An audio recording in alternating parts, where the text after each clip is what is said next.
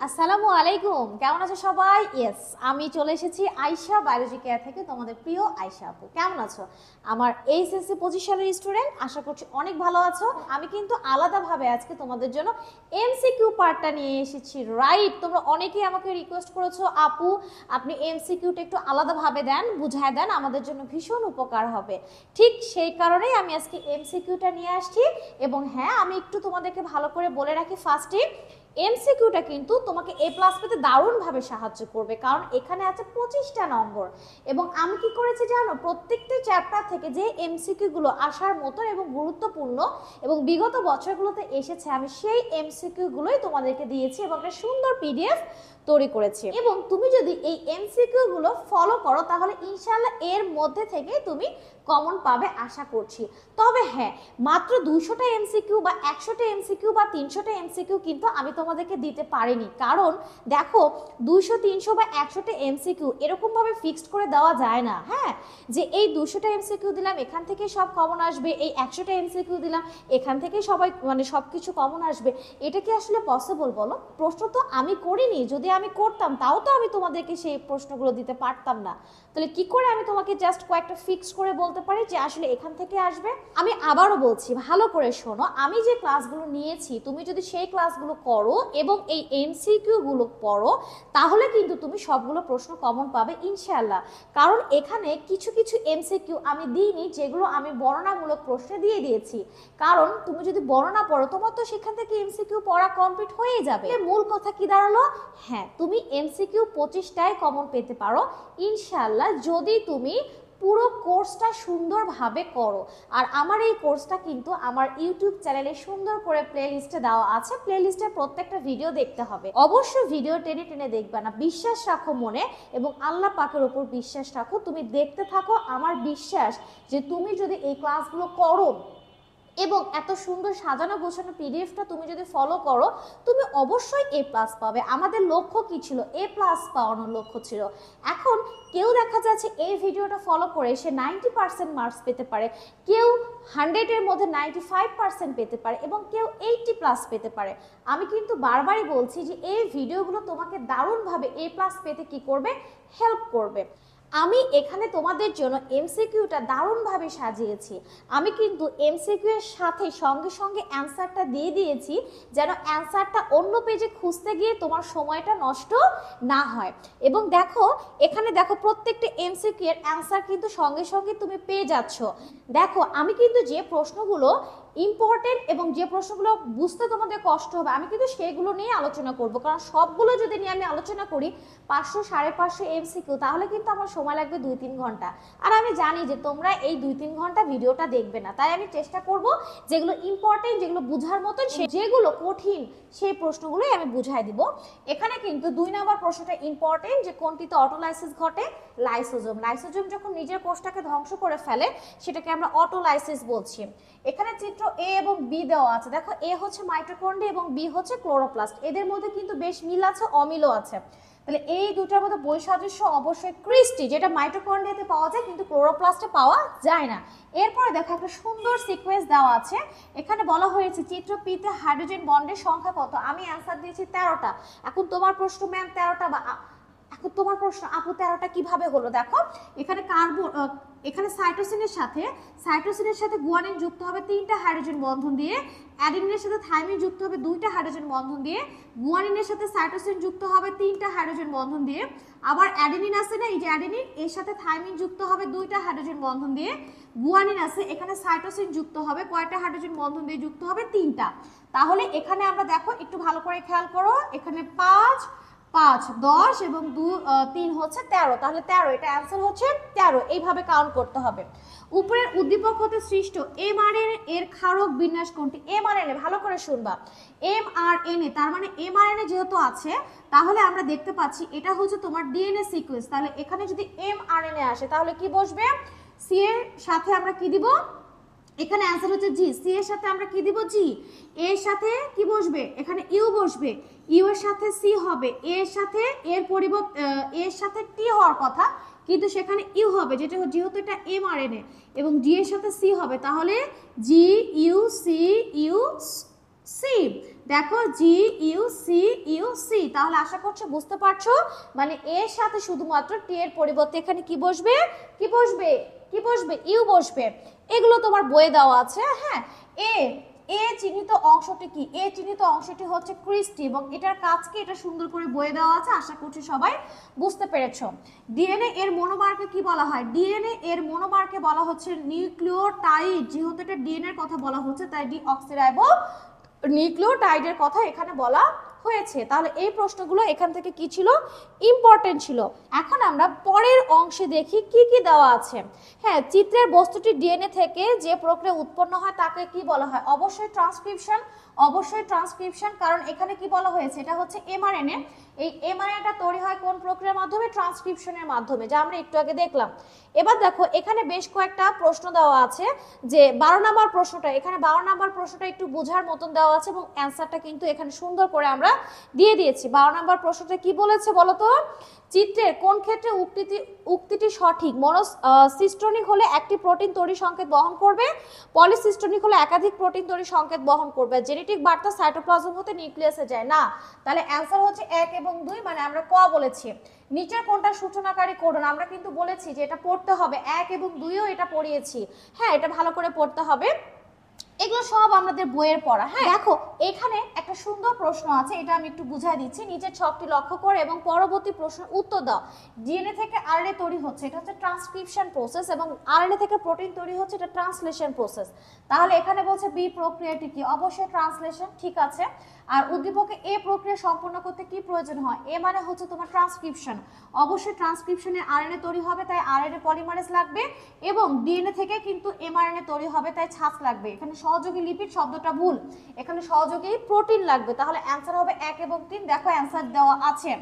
DNA খণ্ডকে জোড়া লাগানোর জন্য কি ব্যবহার করা হয়, সর্বদাই মনে রাখবা ডিএনএ কে কাটার জন্য ব্যবহৃত হয় রেস্ট্রিকশন এনজাইম, আর জোড়া দেওয়ার জন্য কি ব্যবহৃত হয়, লাইগেজ। এই বিষয়গুলো সব সহজ, এগুলো আশা করছি তোমাদেরকে আর জানাতে হবে না, কারণ এগুলো বইয়ের পড়া, আশা করছি এগুলো তোমরা বুঝতে পারবে, এটা নিয়ে আর কোনো চিন্তার কারণ নাই। এখানে একটা ছোট্ট চিত্র আছে, দেখো এখানে এ এবং বি দুইটা খণ্ড দেওয়া আছে। এ মানে হচ্ছে তোমার রাইবোজোমের ছোট খণ্ড, বি মানে হচ্ছে রাইবোজোমের বড় খণ্ড। এখানে বি দেওয়া আছে 50, তার মানে এটা হচ্ছে যদি বি 50 হয় খণ্ডটা, তাহলে এ অবশ্যই কি হবে, 30 হবে। 30 এবং 50 দুইটা মিলে কি হবে, 70 এস রাইবোজোম। এটাও সুন্দর করে বইয়ে দেওয়া আছে, এইগুলো সবই তোমার বইয়ে দেওয়া আছে, আশা করছি এগুলো তোমরা পারবা। ডিএনএ থেকে এমআরএনএ তৈরি প্রক্রিয়াকে ট্রান্সক্রিপশন বলা হয়, এটাও আশা করছি তোমরা পারবা। এইখানে দেখো একটা চিত্র দেওয়া আছে, আমরা এখন একটু চিত্র নিয়ে কথাবার্তা বলবো। তাহলে উদ্দীপকটি লক্ষ্য করে এবং পরবর্তী দুইটি প্রশ্নের উত্তর দাও। দেখো পি থেকে কিউ তৈরি হচ্ছে, মানে ডিএনএ থেকে ডিএনএ তৈরি হচ্ছে, তাহলে ডিএনএ থেকে ডিএনএ তৈরি হচ্ছে মানে পি থেকে কিউ তৈরি হচ্ছে, অবভিয়াসলি রেপ্লিকেশন একটা প্রসেস আমরা জানি, এবং এই প্রক্রিয়া কি ব্যবহৃত হয়, হেলিকেজ এনজাইম ব্যবহৃত হবে এবং তার সাথে ডিএনএ পলিমারেজ। দেখো 1 এবং 3 দেওয়া আছে, এবং এগুলো সব হচ্ছে বইয়ে দেওয়া আছে। মানুষের দেহকোষের জিনোম সংখ্যা কতটি, অবশ্যই 2 সেটকে, প্রত্যেকটা সেটকে একটা করে জিনোম বলা হয়। আমাদের ডিপ্লয়েড 2n, তার মানে nn, n মানে একটা সেট আর n মানে আরেকটা সেট, তাহলে 2 সেট জিনোম আছে, এখানে দেওয়া আছে। অ্যান্সার হচ্ছে 2, এটা ঠিক আছে। বাকি সবগুলো কিন্তু আমাদের বইয়ের প্রশ্ন। হ্যাঁ, স্টপ কোডন কোনটি, আমরা বলেছিলাম তাই না, 3টে স্টপ কোডন আছে, তার মধ্যে দেখো হ্যাঁ এটা উয়া, উ, আগ, হ্যাঁ উগা, এখানে উগাটা নাই, উয়া এবং উয়াগ আছে, তাহলে এটা সুন্দরভাবে দেওয়া আছে। এগুলো সব আমাদের কি এমসিকিউ বইয়ে দেওয়া আছে। নিচের কোন প্রক্রিয়া প্রাইমেট তৈরি হয়, অবশ্যই প্রাইমার তৈরি হবে রেপ্লিকেশন প্রসেসের সময়, এটা খুবই গুরুত্বপূর্ণ একটা প্রশ্ন। কোনটি নাইট্রোজেন বেস শুধু রাইবোজোমের সাথে যুক্ত, অবশ্যই রাইবোজোম তৈরি করতে আরএনএ ব্যবহৃত হয় এবং এই আরএনএ তে শুধুমাত্র ইউরাসিল থাকে, এটাও খুবই একটা গুরুত্বপূর্ণ প্রশ্ন ছিল। তাহলে এই তো মোটামুটি এখান থেকে এই বিষয়গুলো আমাদেরকে একটু পড়তে হবে, ঠিক আছে, এগুলো আমাদেরকে একটু পড়তে হবে। এরপর নিচে কোন জিনিসটা তোমাদেরকে বুঝায় দেওয়ার মতন আমি একটু বলে দিচ্ছি। নিচের গঠনটি দেখো এবং পরবর্তী দুইটি প্রশ্নের উত্তর দাও। এখানে অ্যাডেনিন দেওয়া আছে এবং এটা হচ্ছে ডিঅক্সিরাইবোজ সুগার, অ্যাডেনিন, এবং এটা হচ্ছে ডিঅক্সিরাইবোজ সুগার, এবং এটা হচ্ছে ফসফেট। তাহলে এটা হচ্ছে এএমপি, অ্যাডিনোসিন মোনোফসফেট, এবং ডি দেওয়া আছে, যেহেতু এটা হচ্ছে ডিঅক্সি অ্যাডিনোসিন মোনোফসফেট ডিএনএ এর ক্ষেত্রে, তাই ডি দেওয়া আছে। ওকে, ডিএনএ এর টেমপ্লেট সূচকের অনুক্রম জিসিএটি হতে উৎপন্ন এমআরএনএ এর বেস সিকোয়েন্স কেমন হবে, যেহেতু এটা জি আছে তাই সি হবে, সি আছে জি হবে, এ আছে ইউ হবে, টি আছে এ হবে, দেখি এরকম কোথায় আছে, এই যে দেখো এইটা দেওয়া আছে। ওকে, আশা করছি এটা আমরা বুঝতে পেরেছি এবং এটা খুব সুন্দর করে বইয়ে দেওয়া আছে। এটা সুন্দর করে, এটা হচ্ছে অ্যাডিনিনের একটা স্ট্রাকচার, অ্যাডিনিনের একটা স্ট্রাকচার যা ডিএনএ তেও পাওয়া যায় এবং আরএনএ তেও পাওয়া যায়। এই চিত্রটা এটা ডিএনএ তেও পাওয়া যায় এবং আরএনএ তেও পাওয়া যায়। তাহলে আমরা এতটুকু সব বুঝতে পেরেছি আশা করছি, রাইট। এখানে দেখো বেশ কয়েকটা কথাবার্তা বলা আছে, আশা করছি এখান থেকেও তোমরা সবগুলো অ্যান্সার করতে পারবা। দেখো এখানে কি আছে, নিম্নের কোনটি সমাপ্তি কোডন, আমরা পড়েছি, মুখস্থ আছে। হ্যাঁ, এখানে অ্যান্সার ঠিকঠাক দেওয়া আছে। নিচে চিত্রটি দেখো এবং পরবর্তী প্রশ্নের উত্তর দাও। এখানে এই অংশটা কি, এটা হচ্ছে টি লুপ, ঠিক আছে, এটা হচ্ছে টি লুপ, এটা হচ্ছে ডি লুপ।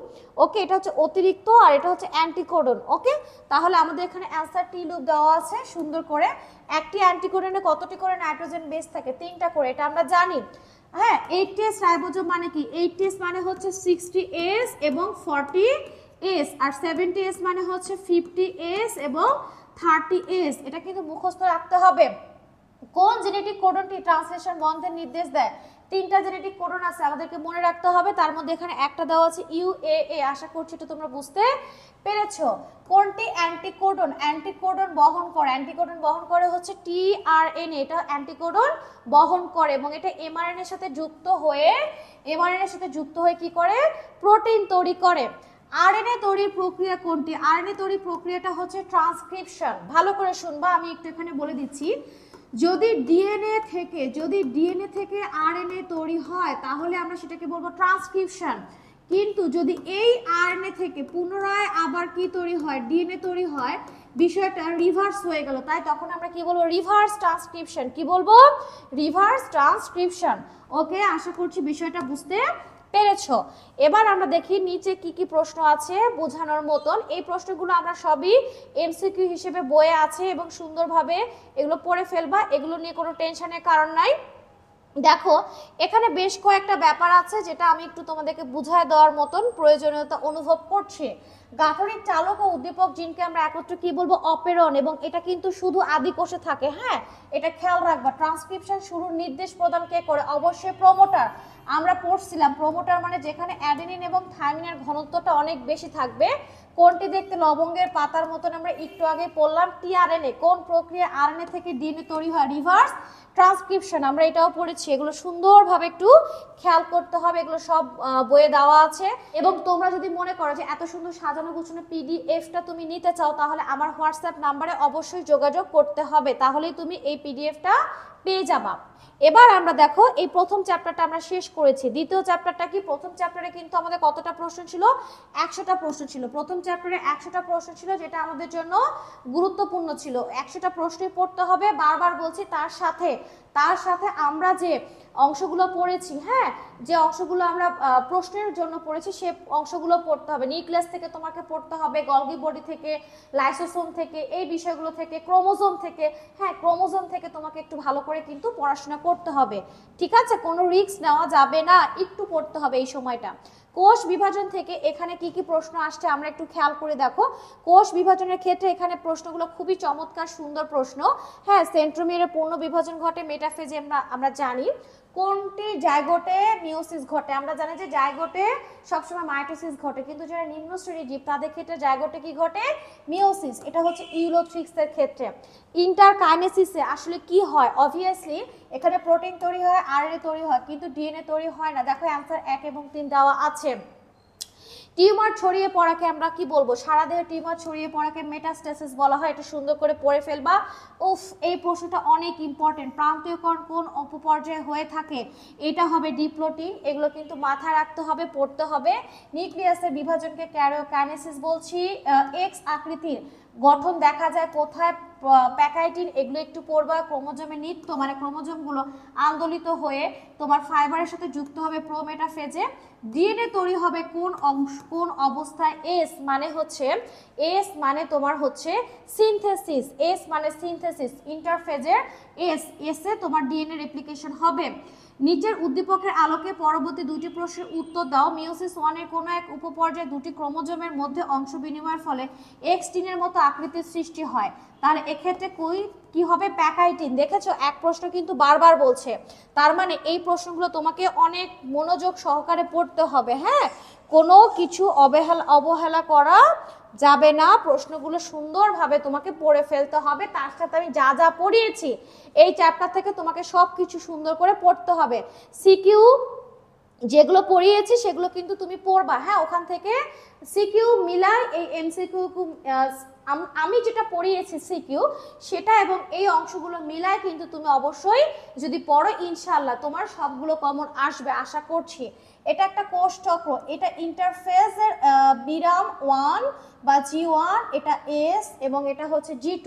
তাহলে উদ্দীপকের ও তে কোনটি সংঘটিত হয়? ও মানে এখানে হচ্ছে এটা বিভাজন পর্যায়, প্রোফেজ, প্রোমেটাফেজ, মেটাফেজ। মেটাফেজ তার মানে এখানে মেটাকাইনেসিস ঘটে, এখানে সুন্দর করে দিয়ে দেওয়া আছে। এখানে যে প্রশ্নগুলো দেওয়া আছে সবই সঠিক, তো এগুলো একটু খেয়াল করবা, এটা ইম্পর্টেন্ট। নিচের কোন ধাপে ক্রোমাটিডগুলো মেরুমুখী চলতে শুরু করে? Obviously anaphase. 4টি পরাগ মাতৃকোষ থেকে মিওসিস বিভাজনের পর কতটি পরাগরেণু তৈরি হবে? অবশ্যই 4টা, প্রত্যেকেই যদি 4টা করে বিভাজন হয় তাহলে 4 4 4 4, তাহলে কতটা হবে বলো তো? 16টি। তাহলে অ্যান্সার কিন্তু দেওয়া আছে কতটি? 16টি। এটা কিন্তু ইম্পর্টেন্ট। এখানে আবার 4-এর জায়গাতে 8 থাকতে পারে। হ্যাঁ, তখন আবার বলো না কিন্তু যে আপু কমন আসেনি। হ্যাঁ, সংখ্যা কিন্তু চেঞ্জ করে দিতে পারে, তোমার কনসেপশনটা কি থাকতে হবে? ক্লিয়ার থাকতে হবে। এগুলো সবই খুবই সুন্দর প্রশ্ন, এগুলো বইয়ে দেওয়া আছে এবং আমি সুন্দর করে নোটে সাজা দিয়েছি। পিডিএফটা তোমরা ফলো করবা, তাহলে আশা করছি কোনো সমস্যা হবে না, তোমরা সবগুলো প্রশ্নই ইনশাআল্লাহ পেয়ে যাবে। দেখো এখানে আমরা একটা সুন্দর পিকচার পাইছি, এই যে উদ্দীপকে বি চিহ্নিত অংশটি কি? বি, এটা হচ্ছে কায়াজমা, তাই না? এবং এখানে ক্রসিং ওভার হবে, এটা তোমার প্যাকাইটিনে হয় এবং নিউক্লিয়াসের বিভাজনকে আমরা ক্যারিওকাইনেসিস বলি। এখানে একটা চমৎকার পিকচার আছে, ক্রোমোজোমগুলো একদম বিষুবীয় অঞ্চলে আসছে, এটাকে আমরা মেটাফেজ বলছি, দুই প্রান্তে বিভাজন করে সরে গেছে, এটাকে আমরা অ্যানাফেজ বলছি, এবং এই দশায় কি হয়? মেটাকাইনেসিস হয়। এখানে সুন্দর করে দিয়ে দেওয়া আছে। এই দেখো এখানে আরেকটা প্রশ্ন আছে, কিউ চিহ্নিত প্রক্রিয়াটি নিচের কোন ধাপে হয়? মানে এই প্রক্রিয়াটা ক্রসিং ওভারের শুরু, এটা হচ্ছে প্যাকাইটিনে হবে। এগুলো সুন্দর করে দেওয়া আছে, পড়তে হবে। ধানের ক্রোমোজোম সংখ্যা কতটি? 24টি। এখন আমি দিয়েছি ধানের ক্রোমোজোম সংখ্যা, যদি গম আসে তাহলে উল্টায় দিতে হবে, 42 হবে। ঠিক আছে, বুঝো, ধানের ক্রোমোজোম সংখ্যা পড়বা, গমের পড়বা, তারপর রেশম পোকার পড়বা, আলুর পড়তে পারো, মানে এই জিনিসগুলো পড়ে রাখতে হবে, গিনিপিগ পড়তে পারো। ওকে, এই প্রশ্নগুলো একটু ধাপে ধাপে পড়তে হবে। এখানে আমাদের আর কি কি প্রশ্ন আছে? হ্যাঁ, এখানে আরেকটা সুন্দর প্রশ্ন আছে। প্রশ্নটা হচ্ছে ক চিত্রে ক্রোমোজোম সংখ্যা 16 হলে, ক এটা ক্রোমোজোম সংখ্যা 16 হলে খ চিত্রে পরবর্তী ধাপে অপত্য কোষে ক্রোমোজোম সংখ্যা কত হবে? খ মানে হচ্ছে অ্যানাফেজ, এবং অ্যানাফেজের পরে যে টেলোফেজটা চলে আসবে এবং দুইটা অপত্য কোষ তৈরি হবে, সেখানে ক্রোমোজোম সংখ্যা কত হবে? অবভিয়াসলি 16টাই হবে, কারণ মাইটোসিস বিভাজনের ফলে মাতৃকোষে ক্রোমোজোম সংখ্যা যা থাকে, হ্যাঁ, অপত্য কোষে ক্রোমোজোম সংখ্যা কি থাকবে? সেম থাকবে। ঠিক আছে। নিচের কোন ধাপে কায়াজমা সৃষ্টি হয়? অবশ্যই প্যাকাইটিন। দেখছো এই প্রশ্নটা কত ইম্পর্টেন্ট, এই প্রশ্নটা কিন্তু বারবার চলে আসছে, তার মানে তোমাকে মিওসিস 1-এর, প্রোফেজ 1-এর বিভিন্ন উপপর্যায় মন প্রাণ দিয়ে সুন্দর করে পড়তে হবে। আশা করছি এগুলোতে কোনো প্রশ্নই ভুল নাই, সব কারেক্ট করে দিয়েছি ইনশাআল্লাহ, কোনো টেনশন নাই, সবগুলোই তোমরা কারেক্ট পাবা। দেখো এখানে একই প্রশ্ন কিন্তু বারবার আসছে, ঘুরে ঘুরে আসছে। হ্যাঁ, এই প্রশ্নগুলো তোমাদেরকে খুব সুন্দর করে পড়তে হবে। ঠিক আছে, দেখো এখানে একটা প্রশ্ন আছে যেটা বুঝায় দেওয়ার মতন, আমি একটু বুঝায় দিই। এখানে বলেছে 2n, হ্যাঁ 2n 8 হলে মাইটোসিস মেটাফেজ দশা মোট কতটি ক্রোমাটিড দেখা যাবে? মানে 8টি যদি ক্রোমোজোম হয়, মেটাফেজে কতটি ক্রোমাটিড দেখা যাবে? মেটাফেজে মোট কতটি? দেখো ভালো করে খেয়াল করে, এটা একটা ক্রোমাটিড, এটা একটা ক্রোমাটিড, যদি 8টা ক্রোমোজোম এরকম হয় তাহলে একটা ক্রোমোজোমে 2টা ক্রোমাটিড, তাহলে 8টা ক্রোমোজোমে কতটা ক্রোমাটিড হবে? অবশ্যই কতটা হবে? 16টি।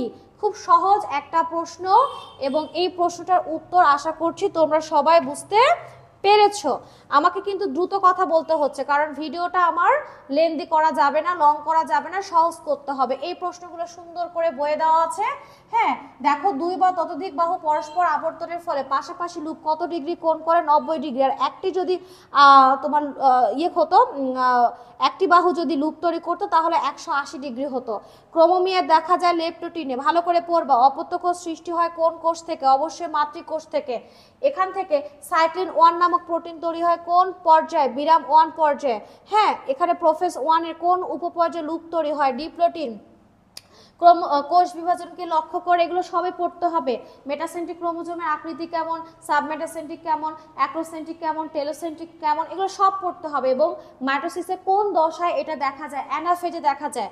আমি বারবারই বলছি ভাই, যে প্রশ্নগুলো দিয়েছি খুব গবেষণা করে সুন্দরভাবে দিয়েছি, আশা করছি এগুলো পড়লে কমন চলে আসবে।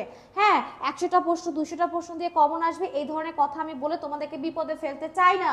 আমি চাই তোমরা ভালো করে পড়ো, অ্যাটলিস্ট এইটুকু সময়ের মধ্যেও তোমরা পড়লে এগুলো সব তোমাদের, এই যে আমি তোমাদের জন্য এত সুন্দর দারুণ একটা পিডিএফ তৈরি করেছি, বিশ্বাস করো তুমি যদি এই পিডিএফটা পড়ো, আমার বিশ্বাস তোমার সর্বোচ্চ, তুমি যদি কিছুই না পড়ো সারা বছর, তোমার সর্বোচ্চ 3টা দিন মাত্র লাগবে। 3টা দিনে তুমি একেবারে পিডিএফটা ঠোঁটস্থ মুখস্থ কণ্ঠস্থ করে ফেলবা ইনশাআল্লাহ। এটা তুমি, আমি চ্যালেঞ্জ দিয়ে বলছি যে তুমি এটা 3 দিনে কমপ্লিট করতে পারবা। সো টেনশন না করে পড়তে হবে। অনুজীব থেকে দেখো এখানে বেশ কিছু প্রশ্ন আছে, এগুলো সবই কিন্তু বই রিলেটেড, বইয়েই দেওয়া আছে।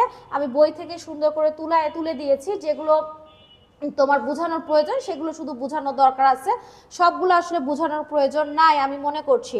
হ্যাঁ, পিডিএফটা প্লিজ একটু কালেক্ট করে নিবা, তাহলে আশা করছি তোমরা ভালো করবা। এখানে উদ্দীপকের আলোকে পরবর্তী 2টি প্রশ্নের উত্তর দাও। এখানে একটা সুন্দর উদ্দীপক দেওয়া আছে, দেখো এখানে তোমার একেবারে প্লাজমা মেমব্রেনটা একটা থলির মতন করেছে, তাহলে এটা অবশ্যই মেসোসোম। হ্যাঁ, এটা একটু খেয়াল রাখতে হবে, এটা মেসোসোম। আর এখানে ওয়ার কথা বলা হয়েছে, এটা হচ্ছে তোমার, এটা মূল ক্রোমোজোম যদি হয় তাহলে এটা হচ্ছে প্লাজমিড। তাহলে এই প্লাজমিডটা জিন প্রকৌশলে ব্যবহৃত হয়, স্বল্প সংখ্যক জিন থাকে, স্ববিভাজন ক্ষমতা সম্পন্ন। ইয়েস, অ্যান্সার কিন্তু সবগুলো দেওয়া হয়েছে। ম্যালেরিয়া জীবাণু কোন দশা মানুষের শরীরে প্রবেশ করে? স্পোরোজয়েড, এখানে সুন্দর করে দেওয়া হয়েছে। সাফনার্স দ্বারা দেখা যায় কখন? অ্যামিবয়েড টোফোজয়েড, এটাও পড়া আছে। এই যে কমা আকৃতির যে একটা জীবাণু আছে, এটা হচ্ছে কলেরা জীবাণু। ওকে, এখানে সুন্দরভাবে দিয়ে দেওয়া হয়েছে। এখানে একটা বুঝার প্রশ্ন আছে, ম্যালেরিয়া পরজীবী ডিপ্লয়েড পর্যায় কোনটি? শোনো, ম্যালেরিয়া পরজীবী ডিপ্লয়েড পর্যায় হচ্ছে 3টা, বাকি সব হ্যাপ্লয়েড, জাইগোট, ওসিস্ট আর ওকিনেট।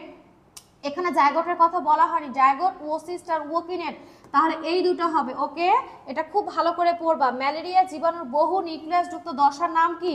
দশার নাম হচ্ছে সাইজন্ট, দশার নাম হচ্ছে সাইজন্ট। একটি কোষের ভিতরে প্রায় 1200-র মতন কি থাকবে? নিউক্লিয়াস থাকবে, নিউক্লিয়াস থাকবে। আমাদের কিন্তু কালকে থেকে শুরু হবে জুলজি, আশা করছি তোমরা সবাই সাথে থাকবে, কারণ জুলজিটা কিন্তু আরো বেশি কঠিন। দেখো এখানে আবার বেশ কিছু প্রশ্ন আছে, আমি একটু তোমাদেরকে বুঝাই দিব, তোমরা মনোযোগ সহকারে খেয়াল করবা। কোন পর্যায়ে নতুন সৃষ্ট ভাইরাস পোষক দেহের কোষপ্রাচীর ভেঙে বাইরে বের হয়ে আসে? বিগলন পর্যায়ে, লাইটিক ফেজ। নিচের কোনটিকে সংক্রমণক্ষম পূর্ণাঙ্গ ভাইরাস বলা হয়? ভিরিয়ন, অবশ্যই ভিরিয়ন। পিলির কাজ হচ্ছে সাথে তোমার ব্যাকটেরিয়াকে যুক্ত করা, ঠিক আছে? এটা একটু ভালো করে পড়ে ফেলবা। দেখো এই পিকচারটা খুবই গুরুত্বপূর্ণ, এটা হচ্ছে একটা মশকি ক্রপ, এবং ক্রপের প্রাচীরে কি লেগে আছে? ওসিস্ট, এবং ক্রপকে গুটিময় মনে হচ্ছে, এটা কিন্তু ইম্পর্টেন্ট।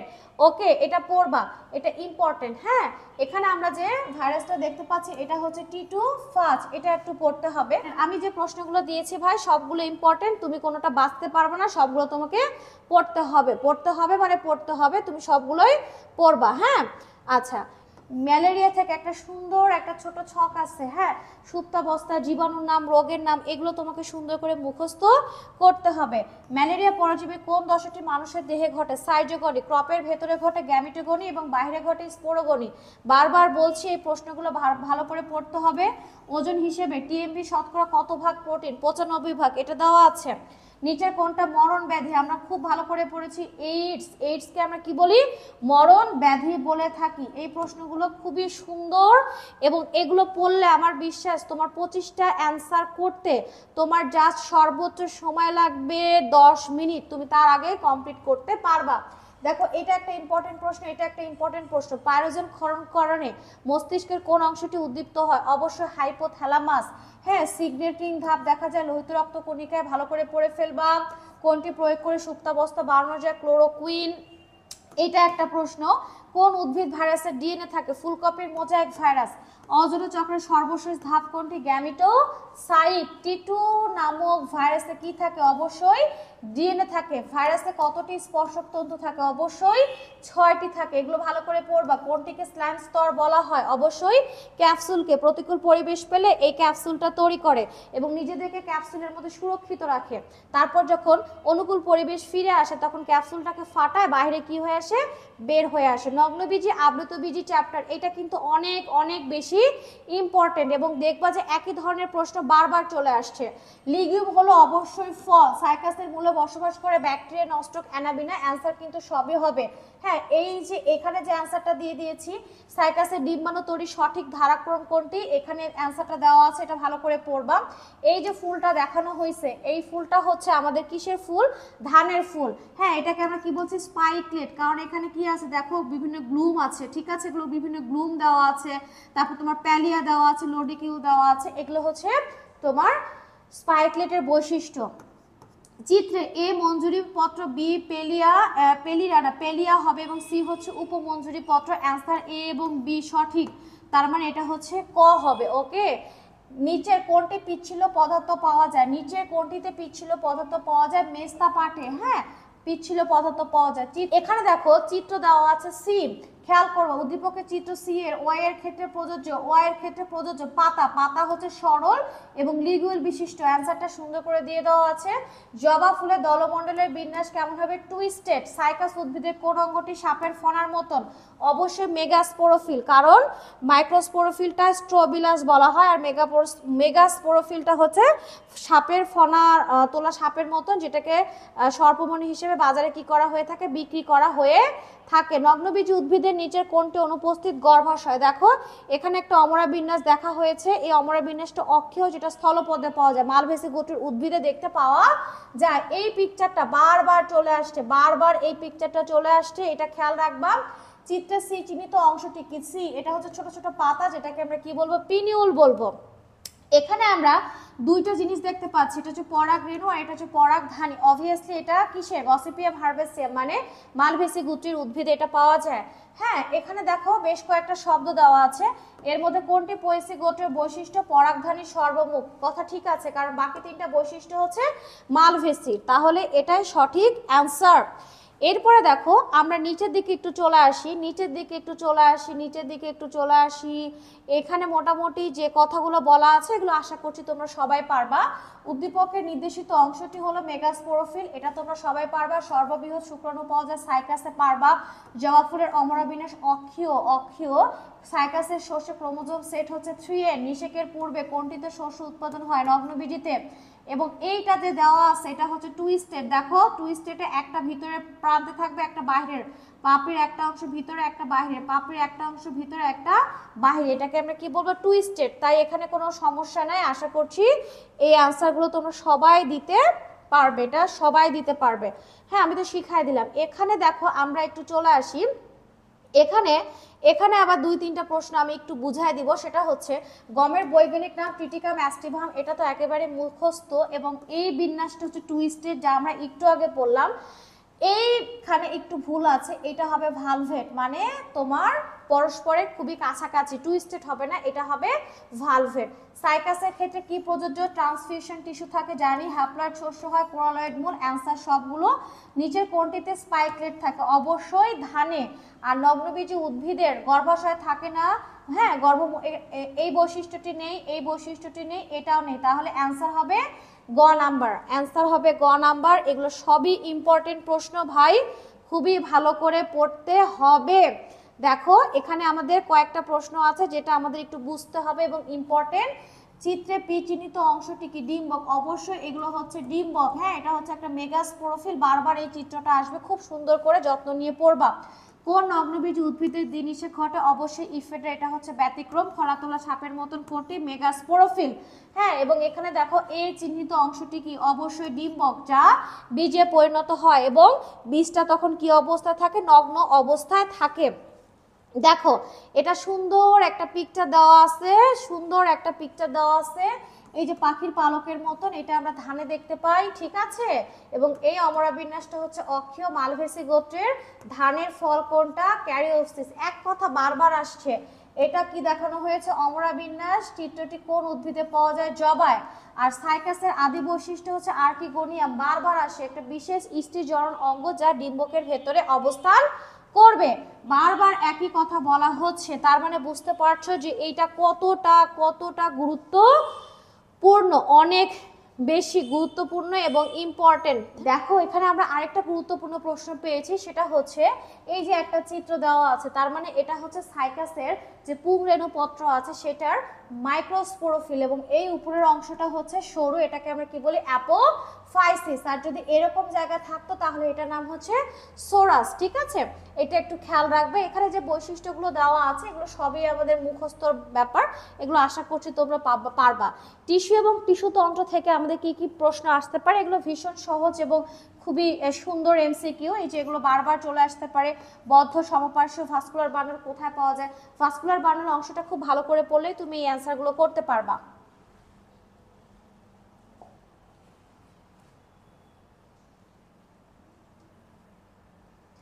দেখো আমাদের এখানে একটা প্রশ্ন দেওয়া আছে, এটা হচ্ছে পানিপত্র অন্ধ্রের গঠন, এবং এই ফাঁকা অংশটার নাম আমরা কি বলছি? পানি গহ্বর। এখানে দেওয়া আছে অ্যান্সারটা সুন্দর করে,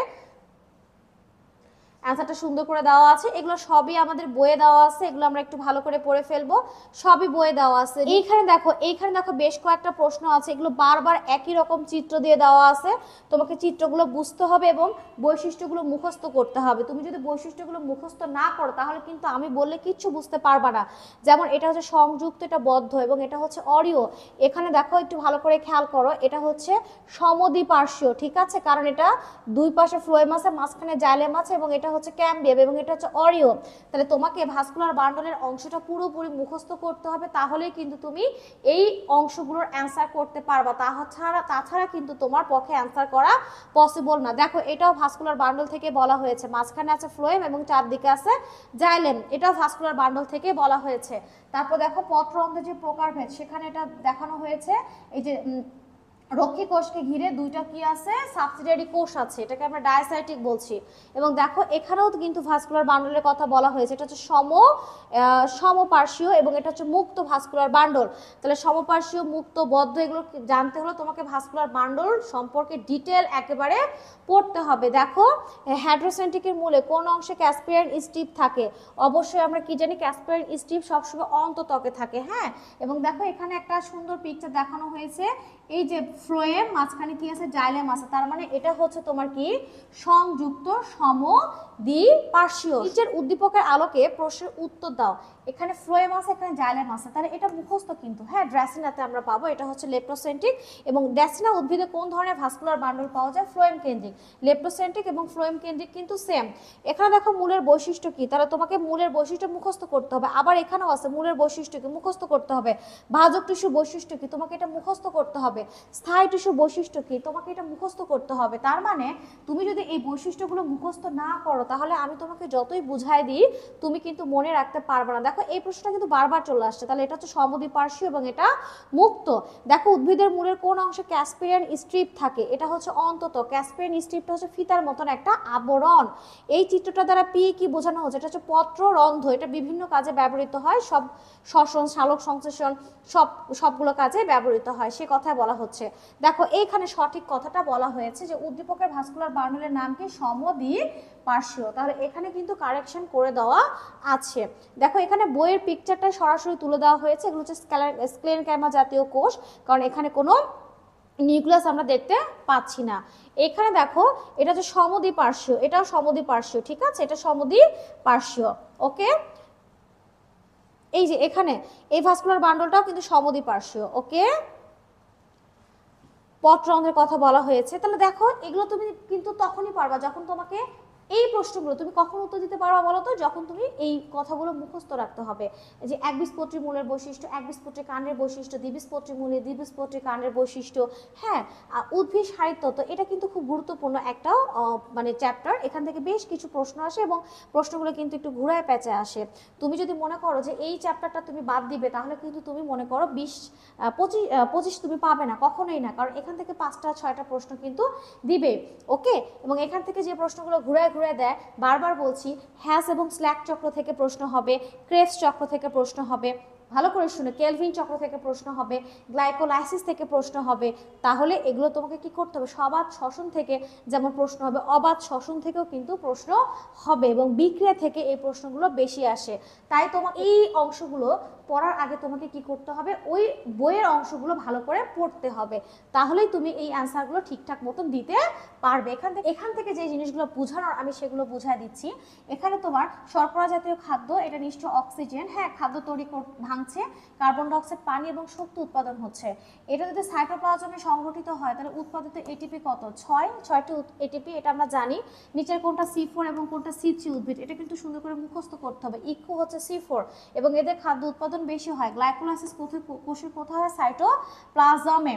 হ্যাঁ, এগুলো একটু ভালো করে পড়তে হবে। এই যে আমরা 2 অ্যাসিটাইল কই থেকে অক্সালিক অ্যাসিটিক অ্যাসিড তৈরি হচ্ছে, পি চক্র সাকসিনিক অ্যাসিড, এটা হচ্ছে পি চক্র বলতে ক্রেবস চক্র বোঝানো হচ্ছে।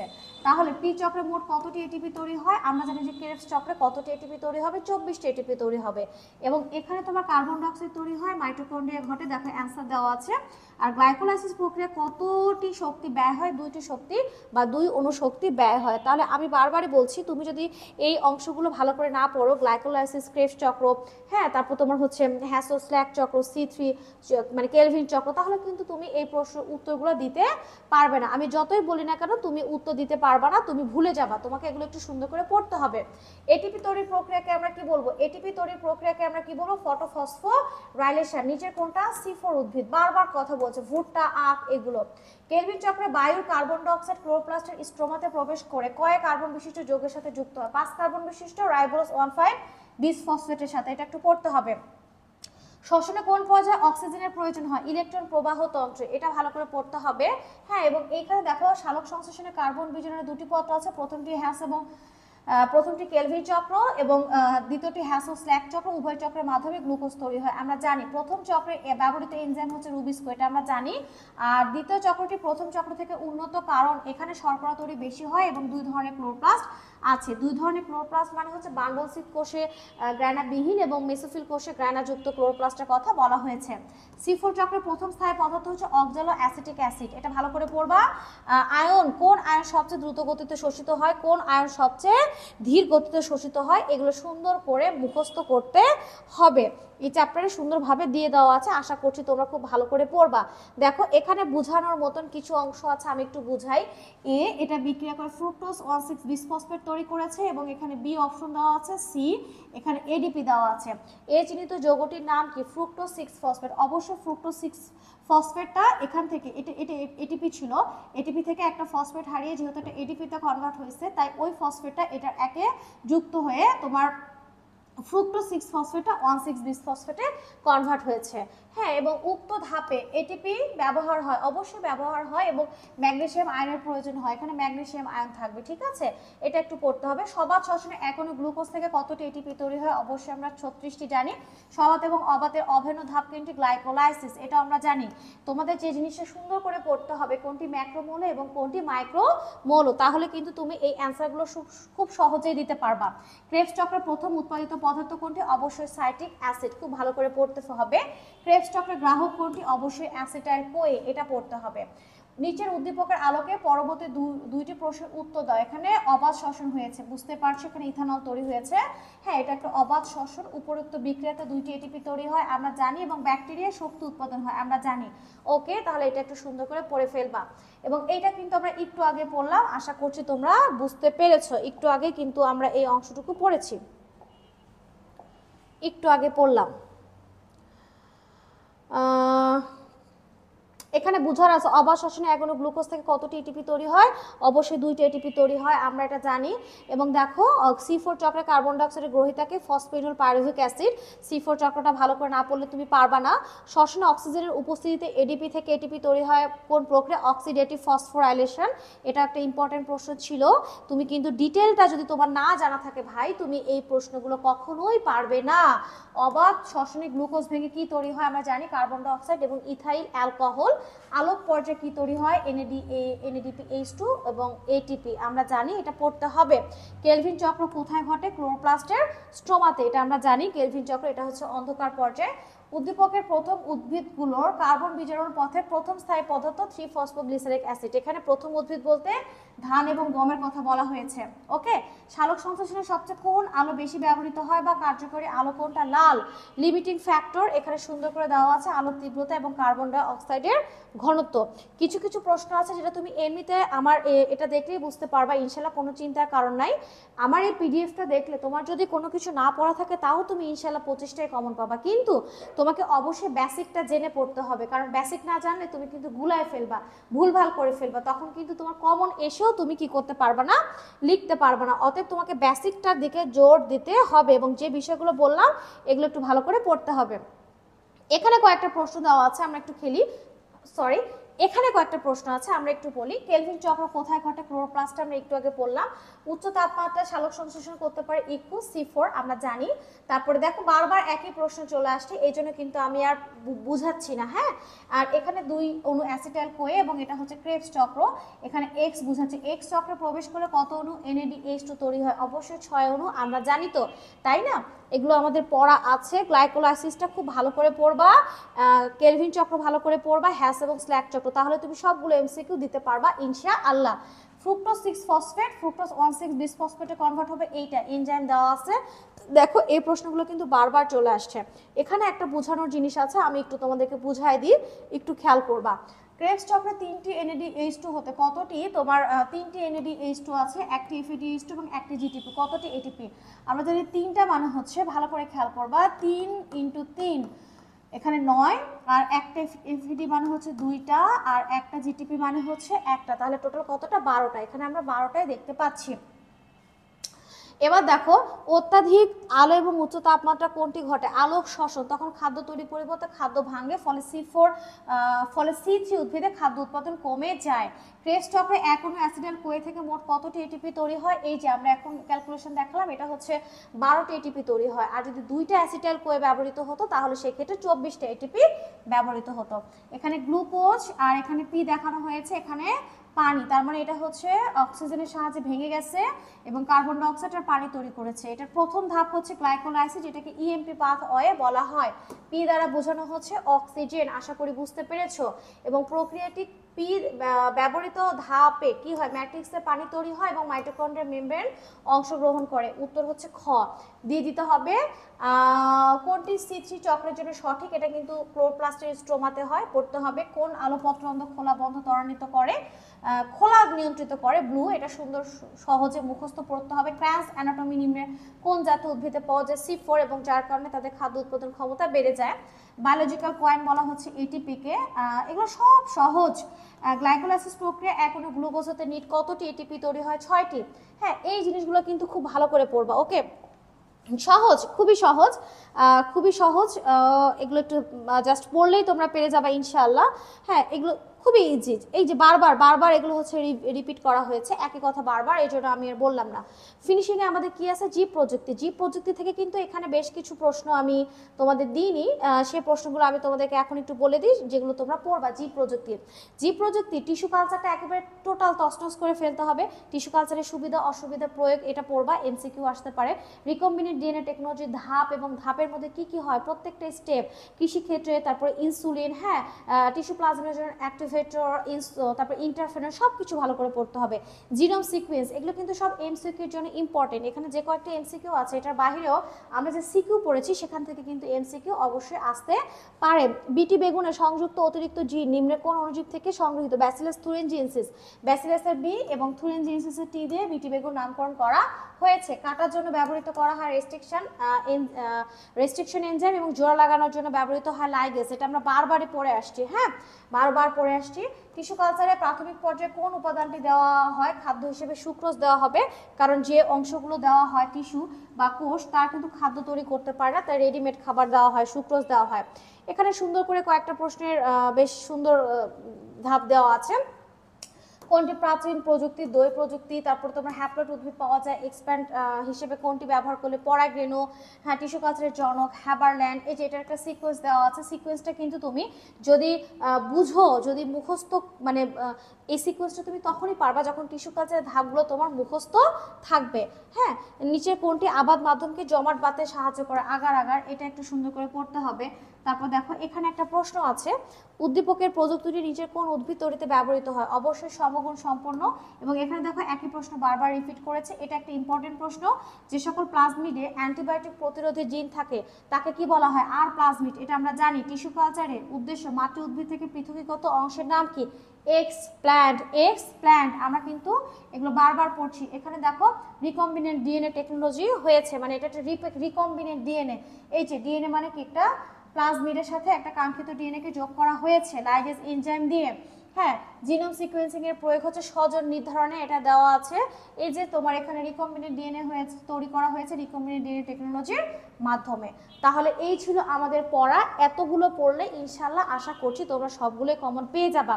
বারবারই বলছি কিছু বাদ দেওয়ার চেষ্টা করো না, বরং আমি যেগুলো পড়িয়েছি সবগুলো সুন্দরভাবে পড়তে থাকবা। তুমি যদি সিকিউগুলো ভালো করে পড়ো এবং তুমি যদি এই এমসিকিউ পড়ো তাহলে আমি 100% শিওর ইনশাল্লাহ আল্লাহ চাইলে তোমরা সবাই A+ পাবা, 80+ মার্কস অবশ্যই সবাই পাবে। তাহলে আজকের মতন এইটুকুই। সামনের দিন দেখা হবে জুলজি ক্লাস নিয়ে, সাথে থাকতে হবে। ভালো থেকো, আল্লাহ হাফেজ।